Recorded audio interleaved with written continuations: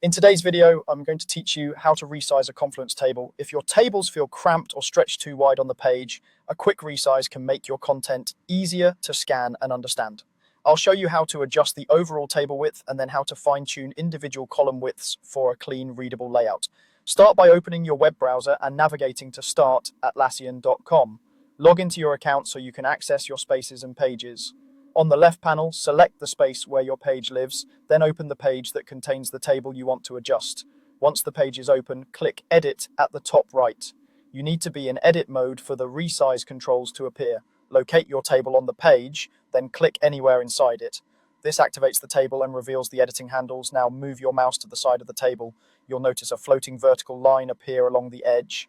Click and hold that line, then drag it left to narrow the table or right to widen it. As you drag, watch how the content reflows so you can find a comfortable fit. Release the mouse to apply the new size. If you're working on a smaller screen and don't see the line right away, try scrolling horizontally within the editor or zooming out slightly until the edge comes into view. Next, let's resize individual columns. Hover your mouse over the divider between two columns. When the divider activates, your cursor will change to a left-right arrow. Click and drag that divider to make a column wider or narrower.